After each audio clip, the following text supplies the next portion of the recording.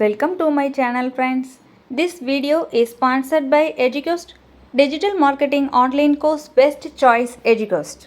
The struggle to find courses that truly speak your language, it's finally over. Welcome to EduQuest, where learning is made just for you. At EduQuest, we bring you a wide range of online courses, from career building programs to skill boosting masterclasses, all in your regional language. Because we believe language should never be a barrier to success. Our courses are tailor made after understanding what today's learners really need. So why wait? Start learning the smarter, simpler way only with EduQuest. Visit eduquest.courses and explore your next course today. And hey, don't miss out on our exciting offers and promotions. இன்னைக்கு இந்த வீடியோவில் நாம் எதை பற்றி பார்க்க போகிறோன்னா சீமை அகத்தி இலையின் மருத்துவ குணங்கள் பற்றி தான் பார்க்க போகிறோம். சீமை அகத்தி இலை சிறந்த மருத்துவ பலன்கள் தரவல்ல செடியாக மற்றும் குறுமரமாக நாம் பார்க்கலாம். மேலும் இலை, பூ, காய், மரப்பட்டை என ஒவ்வொரு பாகமும் மருத்துவ குணங்கள் நிறைந்தது அப்படின்னு சொன்னால் அது மிகையாகாது. நெல்லையில் பொதுவான இடங்களில் ஈரப்பதமான ஆற்று மணல் மற்றும் ஆற்று பகுதி, கால்வாய், சாதாரண மண் போன்ற இடங்களில் இதை நம்ம பார்க்க முடியுது.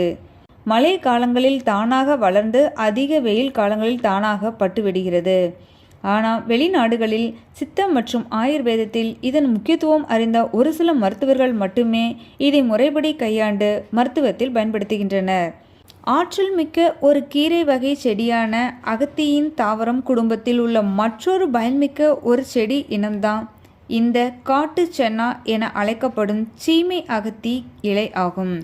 செடியின் அழகிய மலர் ஏற்றி வைத்த மெழுகுவத்திரி போல காணப்படுவதால் இதை தங்க மெழுகுவத்திரி செடி அப்படின்னும் புதர் மெழுகுவத்திரி செடி அப்படின்னும் அழைக்கப்படுது. மேலும் வண்டு கொல்லி செடி எனவும் அழைக்கப்படும். 12 அடி உயரம் வரை புதர் போல மண்டி வளரும் தன்மை கொண்ட சிறு மரமாகவும் இலை நீண்ட அமைப்பு கொண்டதாகவும் இதை நம்மளால் பார்க்க முடியுது.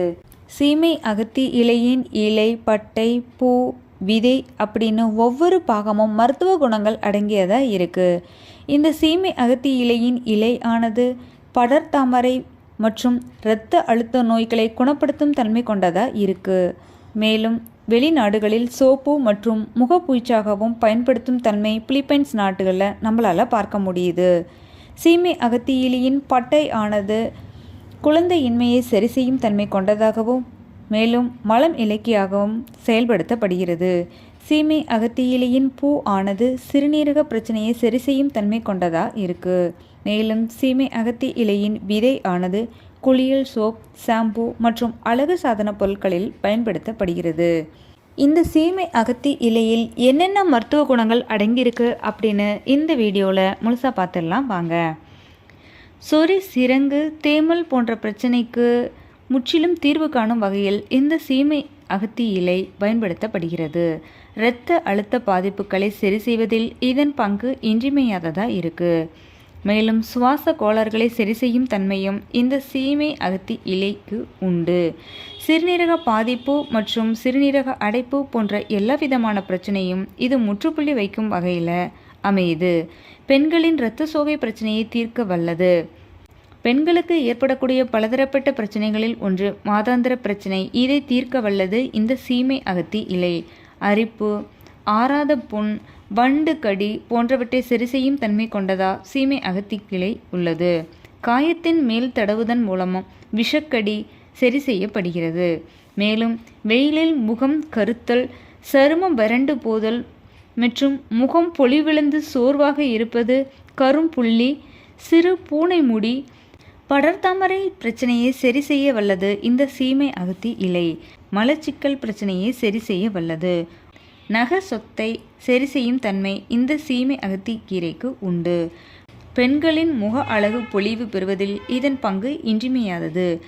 ஸோ இவ்வளவு பலன்கள் கொடுக்கக்கூடிய இந்த சீமை அகத்தி இலையின் பயன் இதுவரை நாம் அறியாவிட்டாலும் இனியும் இதன் முக்கியத்துவத்தை தெரிந்து கொண்டு தவறாது எடுத்து இதன் முழு பயனையும் பெற்று நோயற்ற நீண்ட ஆரோக்கியமான வாழ்க்கை வாழணும் அப்படின்னு இந்த வீடியோ மூலமாக நான் உங்ககிட்ட கேட்டுக்கிறேன். தேங்க்யூ.